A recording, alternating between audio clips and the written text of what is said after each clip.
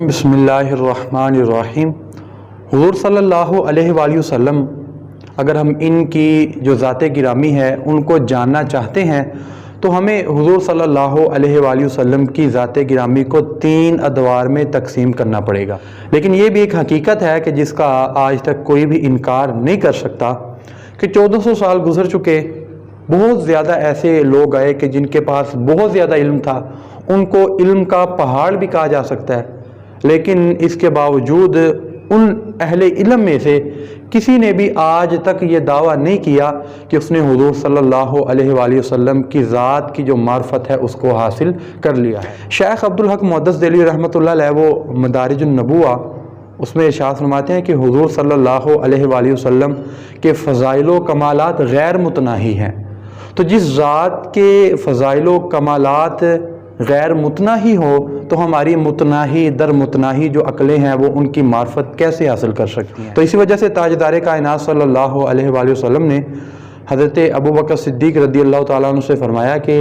اے ابو بکر، یا ابا بکرن لم یعرفنی حقیقتاً غیر ربی، اے ابو بکر اگرچہ تو میرا یار غار ہے،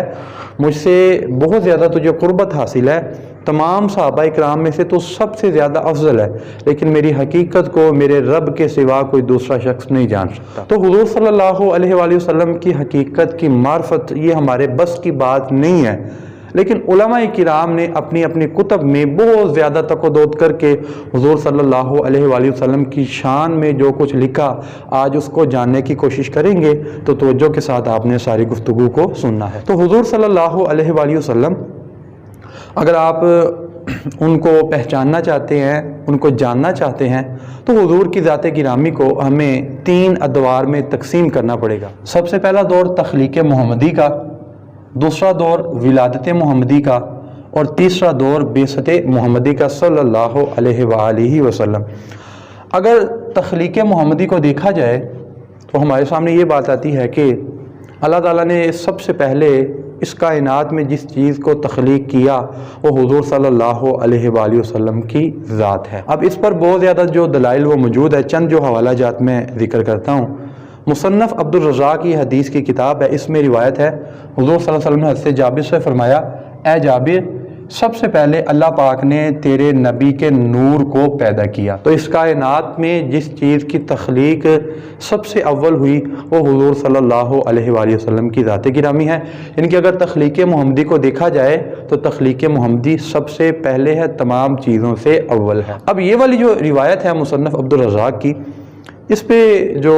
حضور صلی اللہ علیہ وآلہ وسلم کی شان کے جو منکر ہیں وہ مختلف قسم کے اعتراضات کرتے ہیں۔ ان میں سے ایک اعتراض یہ بھی کرتے ہیں کہ یہ جو روایت ہے نا، یہ پہلے مصنف عبدالرزاق میں موجود نہیں تھی، اب اس دور کے جو سنی حضرات ہیں انہوں نے اس کتاب میں اس روایت کو ایڈ کر دیا، جبکہ جو مخالف حضرات ہیں ان کا یہ دعویٰ کرنا یہ درست نہیں ہے، کیونکہ یہ والی جو روایت یہ ایسی روایت ہے کہ کئی سو سال سے علماء کرام اس روایت کو اپنی کتب میں درج کرتے آ رہے ہیں، اور انہوں نے باقاعدہ اس روایت کو درج کر کے اس سے بہت زیادہ استدلال وغیرہ کیے ہیں۔ میں 2 حوالہ جات آپ کو دیتا ہوں۔ شیخ عبدالحق محدث دہلوی رحمۃ اللہ علیہ انہوں نے اس روایت کو مدارج النبوہ میں بھی ذکر کیا، اور اسی طریقے کے ساتھ شیخ ابن حجر الشافعی المکی رحمۃ اللہ علیہ انہوں نے اس روایت کو فتاوی حدیثیہ میں بھی ذکر کیا۔ تو لہذا اس روایت کا اس چیز کو یا اس بات کو بنیاد بنا کے انکار کرنا کہ یہ چند سال ہی ہوئے ہیں جبکہ سنی حضرات انہوں نے اس کو مصنف عبدالرزاق میں ایڈ کیا، پہلے اس کا نام و نشان نہیں تھا، یہ بات درست نہیں ہے۔ اسی طرح حضور صلی اللہ علیہ وآلہ وسلم کی تخلیق سب سے پہلے ہوئی، اس پر جو دوسری دلیل وہ دلائل النبوہ کی روایت ہے جو کہ دیگر کتب احادیث میں بھی موجود ہے۔ صحابی رسول وہ حضور صلی اللہ علیہ وآلہ وسلم سے پوچھتے ہیں کہ حضور آپ کب سے نبی تھے؟ تو حضور صلی اللہ علیہ وآلہ وسلم صحابی رسول کے سوال کے جواب میں ارشاد فرماتے ہیں کہ میں اس وقت بھی نبی تھا جب حضرت آدم علیہ السلام کی تخلیق روح اور جسم کے مرحلے میں تھی، ان کے حضور صلی اللہ علیہ وآلہ وسلم حضرت آدم علیہ السلام ان سے پہلے بھی نبی تھے۔ تو یہ جو روایت ہے یہ بھی حضور صلی اللہ علیہ وآلہ وسلم کی تخلیق کے اول ہونے پہ سب سے واضح دلیل ہے۔ اب یہ والی جو روایت ہے یہ چونکہ کافی کتب احادیث میں موجود ہے تو اس وجہ سے جو مخالف حضرات وہ اس کا انکار تو نہیں کرتے، لیکن وہ اس کی عجیب و غریب قسم کی وہ تعویلات کرتے ہیں۔ کہتے ہیں جی اس سے مراد یہ ہے، یعنی کہ حضرت آدم علیہ السلام سے پہلے بھی حضور کا نبی ہونا جو بتلایا جا رہا ہے، اس کی وضاحت یا اس کی تشریح یہ ہے کہ اللہ کے علم میں تھا کہ حضور صلی اللہ علیہ وآلہ وسلم نبی ہوں گے۔ تو ان کا یہ جو جواب ہے یہ بہت ہی کمزور ہے اور درست نہیں ہے، کیونکہ اللہ تعالیٰ کے علم میں تو حضرت یحییٰ کے بارے میں بھی تھا، حضرت عیسیٰ کے بارے میں بھی تھا، حضرت موسیٰ علیہ السلام کے بارے میں بھی تھا، جتنے بھی نبی اس دنیا میں تشریف لے کے آئے تمام کے بارے میں اللہ تعالیٰ کے علم میں تھا کہ یہ نبی ہوں گے۔ تو حضور صلی اللہ علیہ وآلہ وسلم کا خصوصیت کے ساتھ اپنے بارے میں اس بات کو ارشاد فرمانا، یہ اس بات کی دلیل ہے کہ حضور صلی اللہ علیہ وآلہ وسلم تخلیق میں سب سے اول ہے۔ مولا کائنات شیر خدا حضرت علی رضی اللہ عنہ سے روایت ہے، اللہ تعالیٰ نے فرمایا مجھے میری عزت اور جلال کی قسم، اے محمد اگر آپ نہ ہوتے تو میں زمین و آسمان کو پیدا نہ کرتا۔ تو حقیقت یہ ہے کہ حضور صلی اللہ علیہ وآلہ وسلم کی جب تخلیق ہوئی تو یہ زمین و آسمان کی تخلیق ہوئی۔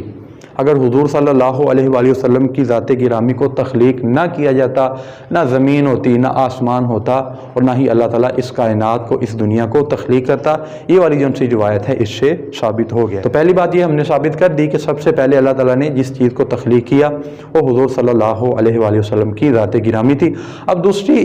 چیز ہے ولادت محمدی۔ حضور کی تخلیق تو ہو گئی، لیکن حضور صلی اللہ علیہ وآلہ وسلم انسانی شکل میں کب رونما ہوئے؟ تو اس پر جو علماء کرام انہوں نے اپنی کتب میں لکھا ہے، سب سے پہلی بات جو سیرت ابن ہشام جو کہ سیرت کی بہت ہی زیادہ مشہور کتاب ہے، اس میں لکھا ہے کہ حضور صلی اللہ علیہ وآلہ وسلم سوموار 12 ربیع الاول عام الفیل میں پیدا ہوئے۔ اسی طرح تاریخ تبری میں بھی یہی بات ذکر ہے کہ حضور صلی اللہ علیہ وسلم کی ولادت سوموار کے دن 12 ربیع الاول کی 12ویں تاریخ کو عام الفیل میں ہوئی۔ یہی بات علامہ ابن خلدون نے تاریخ ابن خلدون میں الغرض سیرت کی جتنی بھی مشہور کتابیں ہیں اکثر کتب میں یہی بات ذکر کی گئی کہ حضور صلی اللہ علیہ وآلہ وسلم کی ولادت باسعادت یہ سوموار کے دن ہوئی اور 12 ربیع الاول کو ہوئی۔ اب جیسے ہی ربیع الاول کا مہینہ قریب آ رہا ہے تو یہ بحثیں چھڑ جائیں گی کہ تم تو 12 ربیع الاول کو خوشیاں منا رہے ہو، جبکہ 12 ربیع الاول یہ حضور صلی اللہ علیہ وآلہ وسلم ان کی وفات کا دن ہے، جبکہ ان کا یہ والا جو دعویٰ ہے یہ حقیقت کے خلاف ہے۔ آپ اکثر جو روایات ہیں آپ ان کو اٹھا کے دیکھ لیں، اور اگر آپ عقلی اعتبار سے بھی دیکھتے ہیں تو عقلی اعتبار سے بھی 12 ربیع الاول کے دن حضور صلی اللہ علیہ وآلہ وسلم کی وفات کا دن نہیں بنتا۔ تو اسی طرح اگر حضور صلی اللہ علیہ وآلہ وسلم کی بعثت کو دیکھا جائے، یعنی کہ حضور صلی اللہ علیہ وآلہ وسلم نے کب نبوت کا اعلان فرمایا، تو تمام اہل اسلام ان کا اس بات پر اتفاق ہے کہ حضور صلی اللہ علیہ وسلم نے 40 سال کی عمر میں نبوت کا اعلان فرمایا۔ اس میں کسی قسم کا کوئی بھی اختلاف نہیں ہے۔ اب ہمارے زمانے میں کچھ ایسے بھی لوگ گزرے ہیں یا ابھی بھی موجود ہیں جو کہ یہ عقیدہ رکھتے ہیں کہ حضور صلی اللہ علیہ وآلہ وسلم کو 40 سال کی عمر میں نبوت ملی۔ میں نے اپنی شیخ جامع المعقول والمنقول شیخ الحدیث حضرت علامہ مولانا عبدالستار سعیدی صاحب مد ظلہ، ان سے میں نے عرض کی کہ جو شخص یہ عقیدہ رکھے کہ حضور صلی اللہ علیہ وآلہ وسلم کو 40 سال کی عمر میں نبوت ملی تو ایسا شخص شریعت کی روح سے کیسا ہے؟ تو استاذ گرامی انہوں نے جواب ارشاد فرمایا کہ جو شخص یہ عقیدہ رکھے کہ حضور صلی اللہ علیہ وسلم کو 40 سال کی عمر میں نبوت ملی تو ایسا شخص گمراہ ہے۔ یہ والی جو روایت ہے دلائل نبوہ میں جو موجود ہے، اس کے علاوہ اور بھی کتب حدیث میں موجود ہے کہ میں اس وقت بھی نبی تھا جب آدم کی تخلیق روح اور جسم کے درمیان کے مرحلے میں تھی، یہ اس بات کی واضح دلیل ہے کہ سب سے پہلے جس ذات کو، جس شخصیت کو اللہ تعالیٰ نے مقام نبوت سے سرفراز کیا وہ حضور صلی اللہ علیہ وآلہ وسلم کی ذات گرامی ہے۔ تو 40 سال کی عمر میں حضور کو نبوت ملی نہیں، بلکہ نبوت وہ جو سب سے پہلے مل چکی تھی، حضور صلی اللہ علیہ وآلہ وسلم نے 40 سال کی عمر میں اس کو ظاہر کیا، 40 سال کی عمر میں اس کا اعلان فرمایا۔